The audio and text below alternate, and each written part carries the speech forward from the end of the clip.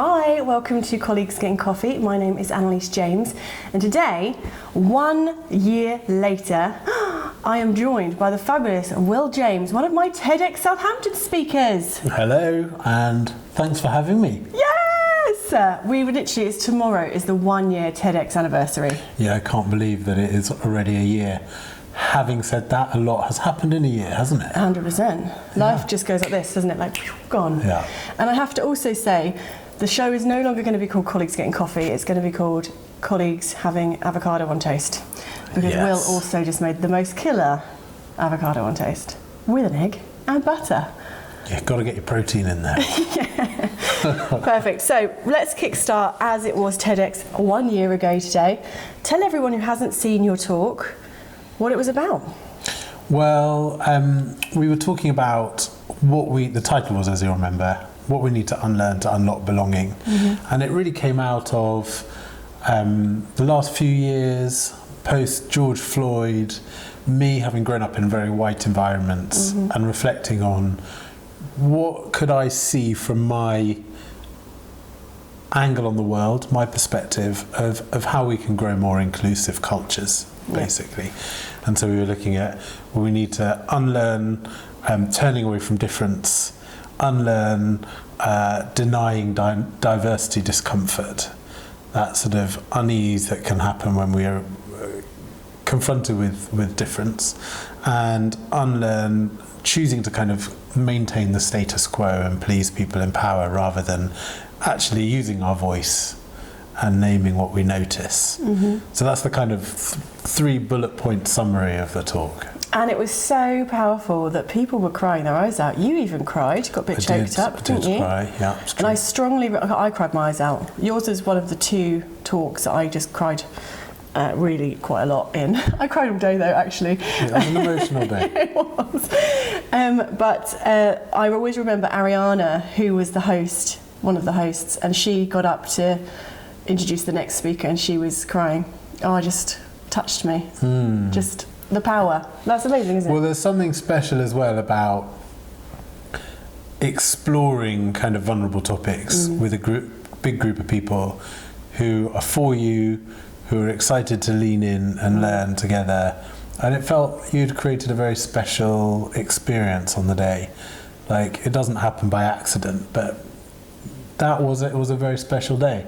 And all the speakers that came and the people that came to listen, it was a unique moment in time where those people were in the same place and something special happened. You're so right, actually, because one of the things I take away from it is that everybody was on all the speakers' sides. It was like, sometimes you'll go to a conference and people are like, oh yeah, what's this going to be about? A bit sceptical. But that TEDx community really fosters that like togetherness and that acceptance and that exploration, doesn't it? So I totally agree with that, actually. Everybody in the room was like really championing. I think if a speaker just dried up and had no idea what they were talking about, everyone would be like, come on, you're okay, mate, we're with you. There's a sort of mysterious alchemy, isn't there, with these things? Like, and I think it starts with you and Lee and inviting people together, and there's something there in the spirit of the whole thing that's sort of sets it in a direction. And it's wasn't the subject was about human connection, human to human. Yeah, that's right. So again, there's something there in the part of the secret sauce. It was perfectly timed straight after the pandemic, weirdly. Considering the pandemic has been an absolute nightmare. It was like the perfect timing to bring people together. Yeah. In that real way, with real topics. Yeah. I think that's why it was so moving for so many people. Anyway, talk about it all day. Yeah, that's good. So how does like community, belonging, inclusion, acceptance, how does that weave its way through what you do? Why did you have a voice on that? Well, I think it's been a part for me, a part of me finding my voice. And there's a phrase that some people use where they say your mess often becomes your message. And I think because there are certain things that I found it hard to find my voice around, even though I've sort of been doing this for 20 years or something, I realised helping other people to find their voice, helping teams, communities, organisations to invite everybody to contribute and to play their part has just become something that really matters to me. And so I've been coaching for a long time. I started off coaching one-to-one coaching with executives, and then that broadened out to be coaching with teams. And as I've engaged with that process, actually maximising participation, helping everyone having a voice, building the psychological safety in those environments for people to be really creative and innovative and bring their contribution, has just felt like really meaningful work. So so that's what I do, and it's a great privilege. I love it. Putting you on the spot here, someone's watching and they think, well, how do you start the process of giving someone a voice? What would be a quick little thing that they could implement maybe today and think, okay? Well, I always start with purpose. So when I work with anybody, the first conversation we have is around what is the purpose? What's the point? And I think anything that is sort of meaningful is going to require some work. Change requires effort. What makes it worth the effort? People aren't going to just change because they are told to. So you have to come back to purpose. Why do you think it matters? And actually, if you don't have everybody participating or using their voice within an environment, have you done a kind of cost-benefit analysis on what's it going to cost you if it stays that way? Because if it is that way today, then it's serving a purpose. Maybe it's to keep power located in a few hands, like the hand of whoever's the team leader. Maybe it's kind of about one person's agenda. But for me, that's narrow and it's claustrophobic and it's short-sighted, because eventually people then disengage. They think, I don't have high ownership of what's going on here. It's not worth them making the effort to lean in and to contribute. So I think if you start with purpose, and I think if you can beat that purpose drum as much as possible, what's the big task? What's the shared task? What's the compelling purpose that why are we all showing up here on a Monday morning or whatever it is? What are we trying to achieve? And then really clarify why maximising participation and engagement and involvement helps serve the compelling purpose. Why do you need people to come and contribute their unique perspective in order for that whole team to perform better, to be more creative, to be more innovative, to have be better set up for success in its strategy and its culture? And I think as well, clarity for people, because I feel like purpose is clarity and people being on the journey together, isn't it?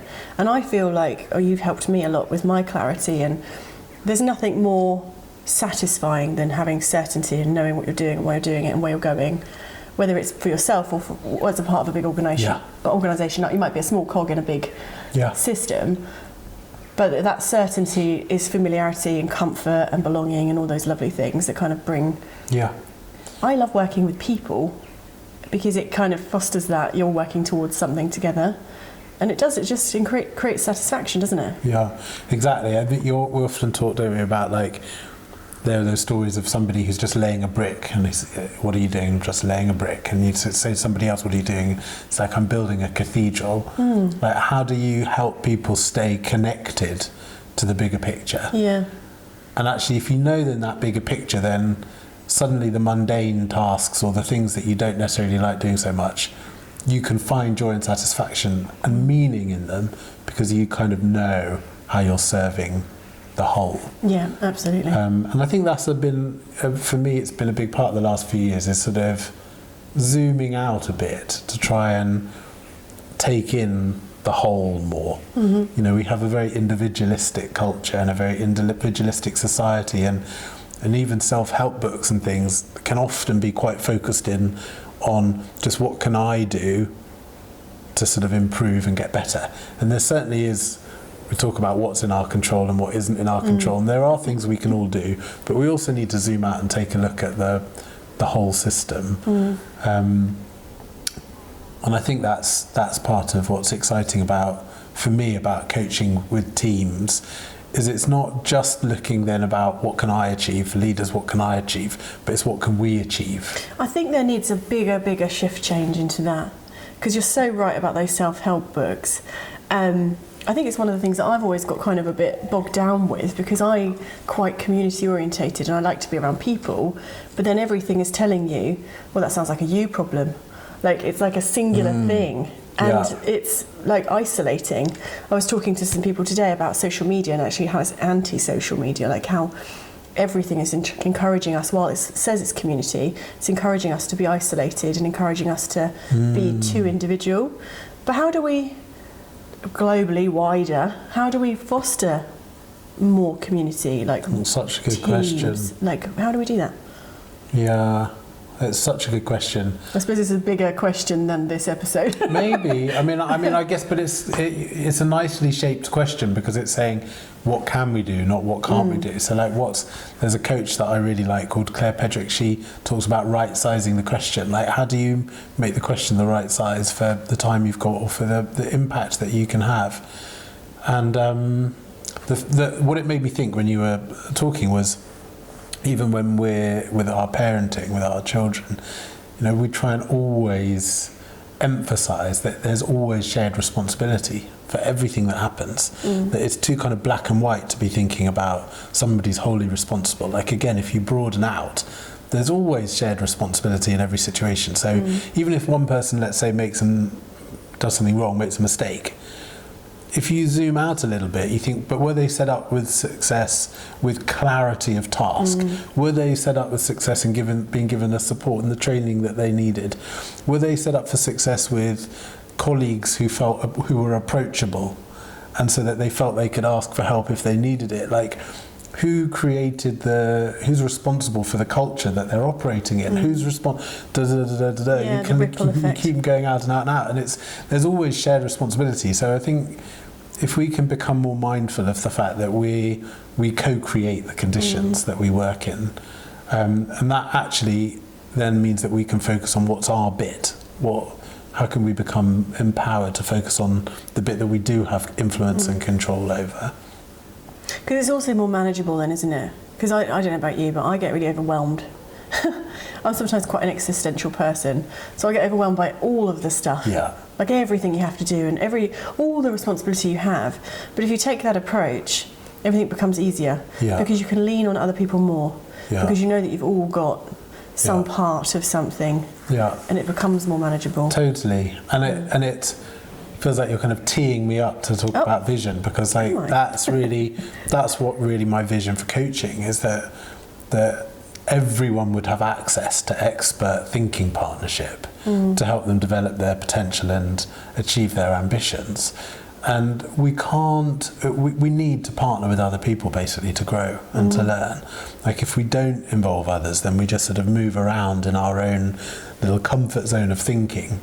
And I remember I went to a therapist for a while, and I remember this experience where I was thinking about what I was going to talk about before I went, and in my head I kind of like went through the script, and that feels pretty good. I think that's what I'll say. And then when I walked into the room with an actual other human being, and they sort of asked me about it, and maybe in slightly different words, my script just sort of fell away, and I was suddenly like, I'm available to learn something new and to see this in a different way and to explore a new perspective. And I think working with a coach, whether it be one-on-one or teams working with a coach, inviting that external partnership, support and challenge can help people see new things, deepen their insights and understanding. And so what you're talking about, like, what's my bit? Not overwhelmed by the whole, but thinking, what's the bit that I can do to move forward to what really matters? Absolutely.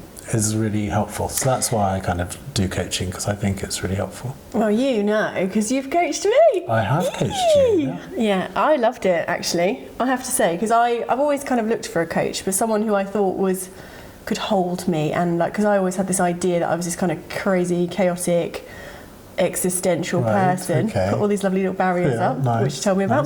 nice. But obviously working with you, it was like that challenge that I needed, like to question things and put things in different perspectives and encourage me to understand my purpose. And I remember distinctly one of the activities we did was to talk about childhood memories, and you were finding a correlation in these different stages of my life, and it really showed me that actually that people-y piece, that community piece was really... Yeah, so that was around... again, I can't remember who I stole it from, but there was a coach who talked about, actually, you've already got what you need in your backpack. Yeah. So we can often feel like, oh, I don't know, but you've already got what you need. So I think that was a task around tuning in to your core purpose. Where have been those moments, those memories where you felt proud, satisfied of what of success? And in fact, as we're talking, I'm now having memories of things that you talked about, and zoning into some of those moments of like, that felt good. That was a highlight moment on the show reel of like, I felt good, I felt powerful, I felt proud, I felt like I'd achieved something. And it's like, even when we're quite young, we start having those little moments, and there's that sort of inner self that is full of wisdom that we often don't. Yeah. We can lose contact with, and it's almost like re-asking ourselves to guide us. Yeah. To guide us forwards, because only you know the answers to that, but you do know. And it's funny because I've actually experienced hypnotherapy, and I would say that is a powerful tool for accessing that part of yourself, because I've had some crazy experiences with that have been absolutely enlightening. Yeah. Where I've met my former self and I've hugged my childhood self, and it's just been, I've gone on a journey with them, and it's absolutely like mind-blowing, but the stuff I've walked away with has been absolutely invaluable. So however you access it. We have a lot of knowing in our sort of intellectual self, in our emotional self, and in our body. And if we can access and reintegrate that knowing, then there's a lot of wisdom on how to move forward. And I think especially in the West, we are such a head-knowing. It's all cognitive, isn't it? It's we've celebrated the head knowing, and we've sort of neglected some of the emotional and the bodily knowing stuff. And so lots of what's going on across trauma therapy or in coaching or in lots of different spheres, people are starting to like retrieve some of these things that we've forgotten and that we've kind of neglected for maybe even hundreds of years. Like somatic experiencing, like actually what does the body know that we've forgotten to learn how to access. And then that's why I think so many of us can end up feeling stuck. Yeah. I was speaking to a therapist a little while ago, and they recommended a book called Women Who Run with Wolves. Oh yeah. And that is all about connecting to your wild woman. And that was amazing.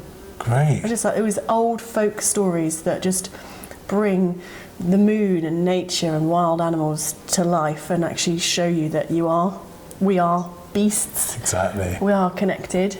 Yeah. Oh, I could talk about this all day. I bought that book for my wife, but I would like to read it myself. Yeah, you should, definitely. What an advocate, yes. Yeah. I'd like to read it. So one little takeaway then, babe, from all of our little chit-chat, what would you say?